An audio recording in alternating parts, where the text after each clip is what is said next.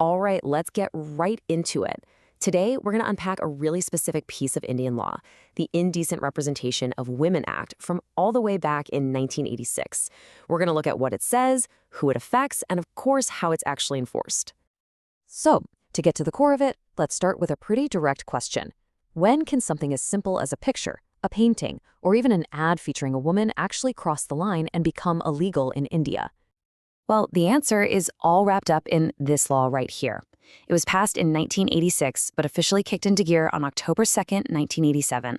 And it's a national law, which means it applies to the whole of India, no exceptions. Okay, so before we can really understand the law, we've got to understand the problem it was trying to fix. And it all really boils down to this one key idea: indecent representation. So the Act itself lays out a pretty specific legal definition for us. It's not just about what you might think. It covers any depiction of a woman's figure or body that's seen as indecent, derogatory, or denigrating. But there's a really crucial part to this definition you have to see. And this is the part you really need to pay attention to. This phrase is the key legal test. The image has to be likely to deprave, corrupt, or injure public morality. Now, that's the tricky part, right? Because what one person considers moral, another might not. And that subjectivity is what makes this law so complex to apply in the real world. All right, so the Act clearly identifies the problem, but what's the solution? Well, it comes at it with two main prohibitions, basically targeting the main ways these kinds of images get out there. So you can see here, the law has this two-pronged attack, right? Section 3 zeroes in on advertisements. You can't publish or even help show an ad that has this kind of representation. Then you've got Section 4, which is way broader. It covers producing, selling, or circulating pretty much anything you can think of: books, photos, films, paintings, you name it. But, having such a broad rule immediately brings up a pretty obvious question, especially when you think about context. India has such a rich, long history of art and sculpture that often depicts the human form. So what does that mean? Is a medical textbook with, say, anatomical drawings suddenly illegal?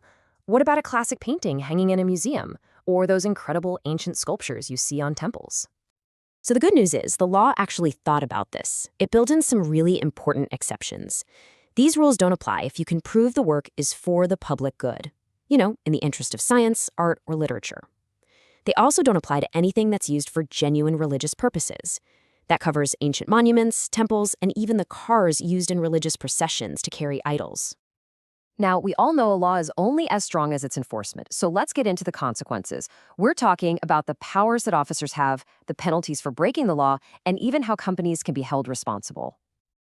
To give this law some real teeth, it gives certain authorized officers, think senior public officials, some serious power to investigate if they think the law is being broken. And this power isn't random. It follows a really clear procedure. An officer can enter any place they have a reason to believe an offense is happening.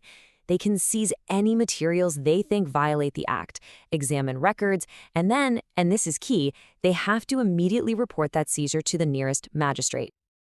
And if you're actually found guilty of breaking this law, well, the consequences are spelled out very clearly, and they get a whole lot more serious if you're a repeat offender. Okay, so take a look at this. For a first-time offense, you could be looking at up to 2 years in prison and a fine of up to 2,000 rupees. But here's where it gets really serious. If you're convicted a second time, the penalties just skyrocket. We're talking a mandatory jail time of at least 6 months that could go up to 5 years, and the fine jumps to somewhere between 10,000 and 1 lakh rupees. Yeah, that's right. The fine can jump up to 1 lakh rupees. That is a huge increase, and it really shows you just how seriously the law treats people who violate it again and again. And this is a super important detail. It's not just about the individual person who made the material. The law says companies are on the hook too.